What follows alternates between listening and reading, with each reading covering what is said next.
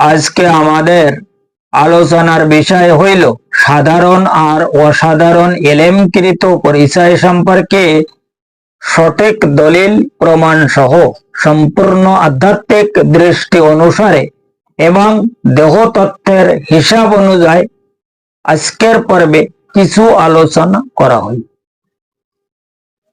কারণ উক্ত উল্লেখকৃত সেই মহা কঠিন রুহানি বিষয়কে যদি সঠিকভাবে উপলব্ধি করা যায়, তবে বর্তমান জামানার প্রতি প্রত্যেক মানব গোষ্ঠী উপলব্ধি করিতে সক্ষম হইবে উক্ত সাধারণ আর অসাধারণ এলেমকৃত সঠিক পরিচয় সহ আমাদের এই তাসওয়ুফ টিভি অনুষ্ঠানের হাকিকত সম্পর্কে প্রত্যেক ব্যক্তি আরো বহু এলেম অর্জন করার জন্য সঠিক রুহানি হিসাব অনুযায়ী এবং বাতিনি তালিম অনুসারে অবশ্যই সক্ষম হইতে পারিবে ইনশাআল্লাহ তাআলা।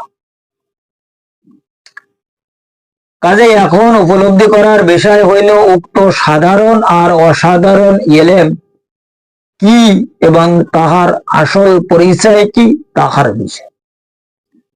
কারণ উক্ত সাধারণ এলেম দ্বারাই প্রত্যেক ধর্মের ব্যক্তিরা বলে সেই মহান আল্লাহ পাকের নিজকে দেখার ইচ্ছা হইয়াছিল বলিয়া তাহার নূরকে তিনি হুকুম ফরমাইয়াছিলেন, আমার যাহা যাহা ইচ্ছা তুই তাহাই হইয়া যা। যেমন আমাদের ইসলাম ধর্মের সমস্ত ব্যক্তিরা বলে তিনি ফরমাইয়াছিলেন কোন, মানে হইল হইয়া যা। এবং খ্রিস্টান ধর্মের সমস্ত ব্যক্তিরা বলে তিনি ফরমাইয়াছিলেন ভি, মানে হইল হইয়া যা।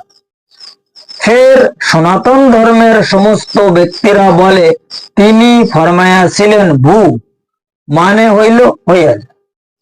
এই কোন, ভি আর ভু এই তিনটে কথার একই মানে, সেটা হইল কি হইয়া যা। আল্লাহ পাক হুকুম ফরমাইয়াছিলেন যে তোরা হইয়া যা, আমার যা যা দরকার তাই সৃষ্টি হইয়া যা।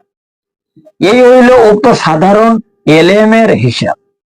কিন্তু উক্ত সাধারণ এলেমকে অসাধারণ এলেমের জিজ্ঞাসা হইল সেই মহান আল্লাহ পাকের কিভাবে ইচ্ছা হইবে। কারণ উক্ত ইচ্ছা হয় তাহার সৃষ্টি জীবগুণকে।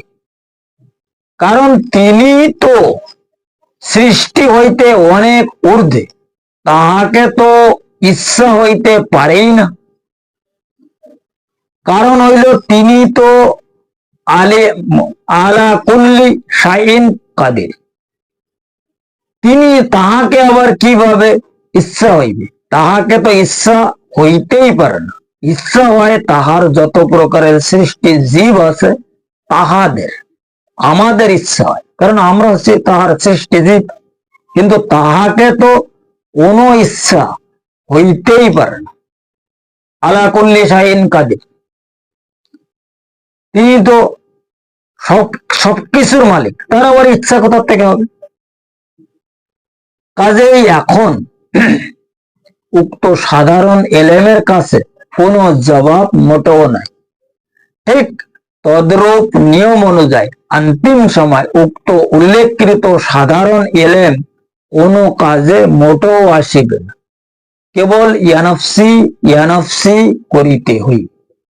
যার কারণে সেই মহান নবী পাক সালাতুসালাম ফরমায়া এক হাদিসে, ইত্তাকু আলেমুল জাহেল আলেমুল লিসান ও জাহিলুল কলব। এই যে লেসানকৃত যে এলেম, এই এলেম হইল সাধারণ এলেম। এই এলেমের মাধ্যমে কোন রকমের উপকার হইতে পারে না। এই ব্যাপারে তিনি অন্য এক হাদিসে ফরমায়, ইকরারুম বিল লিসান ওয়া তাসদীকুম বিল কলব। এখানেও এই লেসান আর কলবের কথা ফরমায়া। এই হাদিসে, এর পূর্বে যে হাদিস আমি বললাম, এই হাদিসে বলি তিনি ফরমায় ইত্তাকু আলেমুল জাহেল আলেমুল লেসান ও জাহিলুল কলব। এখন এখানে যাহারা লেসানকৃত বিষয় সে ব্যাপারে তিনি ফরমায়া যে এই লেসানকৃত যে সমস্ত ব্যক্তি বা আলেম বা সম্প্রদায়, এদের কলব হইল জাহেল। এবং এই উভয় প্রসঙ্গে সেই মহান বারে এলাহি খোদ ফরমায়া, ওয়ালা তুতে মানা গফলনা কলবাহু আন যিকরি।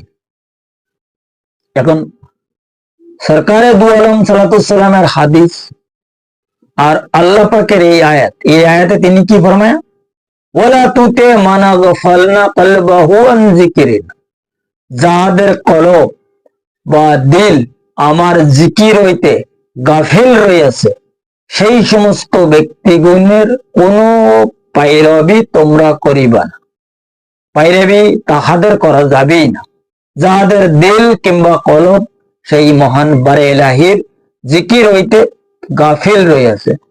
এবং সূরা রাদের মধ্যে আল্লাহ পাক ফরমায়া যে আমি ইমানদার সেই ব্যক্তিকে মানি যাহাদের দিল আমার জিকিরে সর্বসময় শামিল থাকে।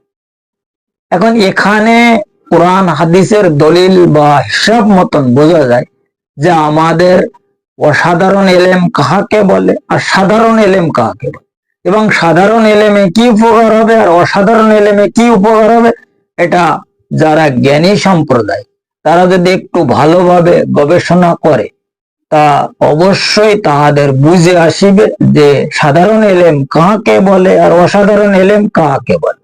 এ ব্যাপারে বেশি একটা মানে জ্ঞান উপদেশের দরকার হবে না। পরিষ্কার কোরআন হাদিসকে যদি আমরা বুঝি বা বোঝার চিন্তা ভাবনা করি তখন কিন্তু আমাদের মধ্যে আর কোনো প্রবলেম থাকিতে পারে না। কারণ আমাদের এখন একটা সমস্যা হয়েছে এই সমাজের যে ধর্মীয় বিষয়টা আমরা তো কোরআন হাদিসে কি আছে এটা দেখি। আমাদের যখন কোনো ধর্মীয় বিষয় শোনা এবং বোঝা বা জানার দরকার হয় তখন এই দৌড়ি যায় আমাদের আলেম সম্প্রদায়ের কাছে, তারা আমাদেরকে যা বলে আমরা তাই করি। এখন আলেম তো আলেমের মতনই বলবে, তিনি যা জানে তাই বলবে, কিন্তু আসলে কোরআনের সঙ্গে আর হাদিসের সঙ্গে তাহাদের কথার সঙ্গে আমাদের মিল হচ্ছে কিনা কর্মে কাণ্ডর, এটা আমাদের বোঝার বিষয়। এই হইল আজকে আমাদের এই তাসাউফ টিভি অনুষ্ঠানের সাধারণ এলেম আর অসাধারণ এলেম সম্পর্কে সামান্য কিছু রুহানি আলোচনা। এই ব্যাপারে যদি আরো কারোর পরিষ্কার ভাবে জানা এবং বোঝার ইচ্ছা হয় তবে এটা আরো পরিষ্কার ভাবে বুঝাই দেওয়া হইবে। ডিসক্রিপশনে আমার নাম্বার আছে, ওই নাম্বারে যদি কেউ আমাদের সঙ্গে সম্পর্ক করিতে চায় তাদের ইনশাআল্লাহ তাআলা বুঝায়া দেখায়া শোনায়া দেওয়া হইবে। যদি কেউ বুঝিতে চায় সেটা তার ব্যক্তিগত ব্যাপার, যদি কেউ নাও বুঝিতে চায় সেটাও তার ব্যক্তিগত ব্যাপার। যাই হোক, আজকের আলোচনা এই পর্যন্ত রাখা।